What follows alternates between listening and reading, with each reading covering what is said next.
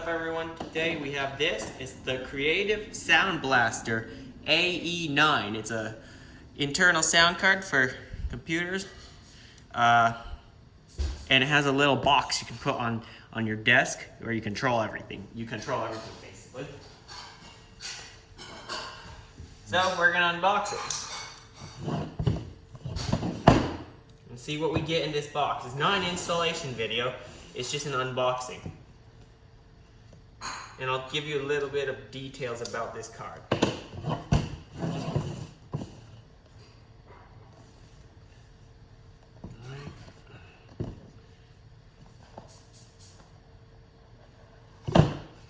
Alright, first thing I see is, well, the card. Here it is. It comes in this bag. Don't know why. Yeah, this is the card. On the back, it has regular, like RCA audio out jacks, the port that you plug the box into, that little control box, and then you have center/subwoofer and rear speaker jacks. I won't be using those. Then you have optical in and out, optical audio. Put that aside. And here, looks like the accessory box. We'll look at that later. And here we have that little control box. It's got a pretty long cable, I'd say. It's made of plastic, that's the first thing I feel. Yeah, it's made of plastic that looks like metal. It connects with a Mini Hdmi.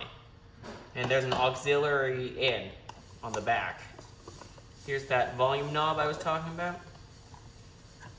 It doesn't feel that nice. It's not how I expected it to feel. There's a button that says plus 48 volts. SBX, which I think is better sound. Why isn't that always turned on if it's better sound?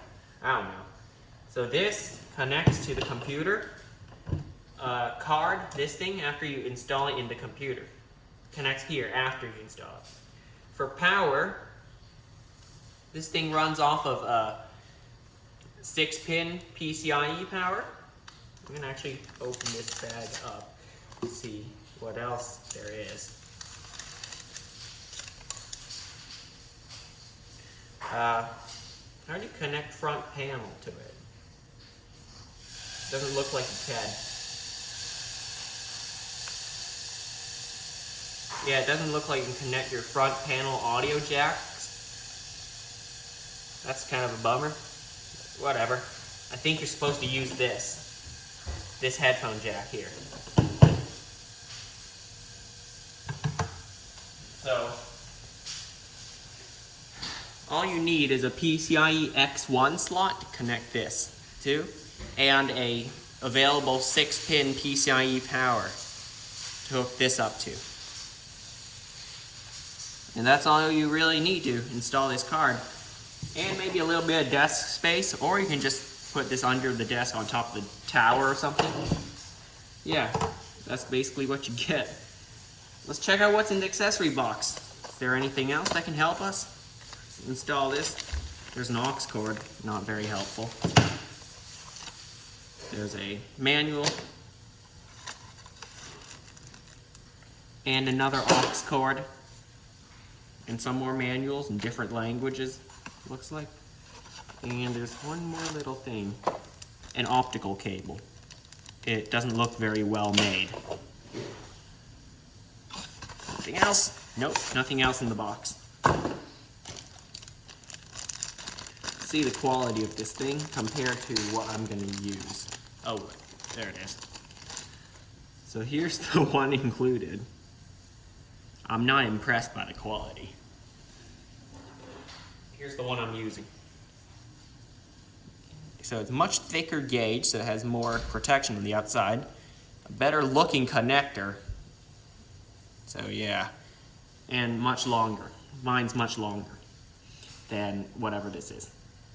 But yeah, still thanks for including one, I have to say.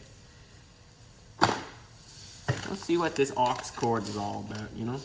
Is it a good one? Let's see.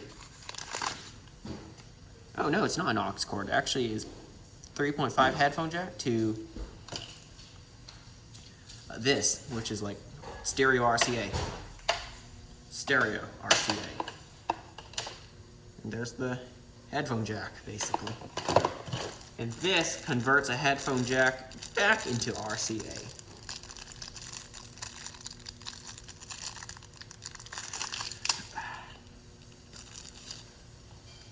So you could basically connect this and you have a, well, RCA to RCA audio. But I don't see the point in that.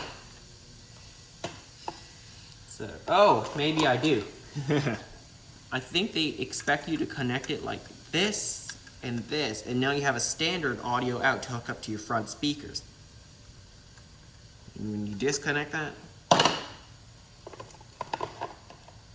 could use this to connect to your subwoofer. Because I heard you can connect it like this to a active subwoofer, so you can, have a better sounding stereo or something like that. I don't know, you could use it in many ways. And that's kind of it. What you get when you buy one of these, you get the control box that sits on your desk or on top of your tower or basically anywhere. You get the card itself, and you get some adapters and the instructions, obviously. So, yeah, thanks for watching, and I'll see you next time.